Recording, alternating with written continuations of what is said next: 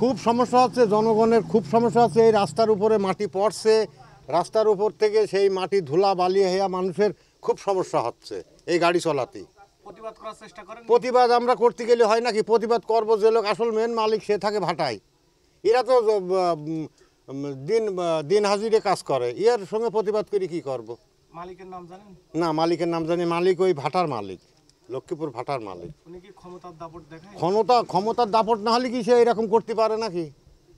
ক্ষমতার দাপট তো অবশ্যই আছে তার। আপনারা এলাকাবাসী সবাই মিলে এলাকাবাসী যে আমি যেরকম বলছি এরকম আর 5 জন তো বলবে, এরকম বলার লোক নাই। সবারই এখন ভয়, সবারই এরকম ভয়। কেউ ওই প্রতিবাদ করতে চায় না।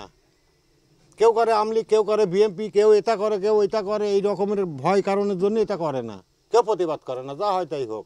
কিন্তু আমাদের মতো সাধারণ লোকের খুব জনভোগের খুব অসুবিধা। এই রাস্তাটা আপনারা একটু দীর্ঘ রাস্তাটা একটু দেখে আসেন, রাস্তাটার কী গতি, চলাই যায় না। আর সেই রাস্তায় এখন এই রকম বড় বড় গাড়ি চলছে, মাটি লোড করে সেই মাটি আবার উপর ভরা করে নিয়ে আসে, সেই মাটি পড়ে রাস্তায়, পড়ে ওই মাটি আবার শুকায় ধুলাবালি হয়ে একদম রাস্তার অবস্থা খারাপ হয়ে যায়। আপনারা আসছেন, আপনারা সাংবাদিক, আপনারা একটু উপর মহলে জানায় এই জিনিসটা বন্ধ করে দেন। ওকে, ঠিক আছে। জি, ভাই, প্রথমে আপনার নাম পরিচয়টা বলেন। আমার নাম মোহাম্মদ শামীম হোসেন। আচ্ছা, আপনার অভিযোগটা কি?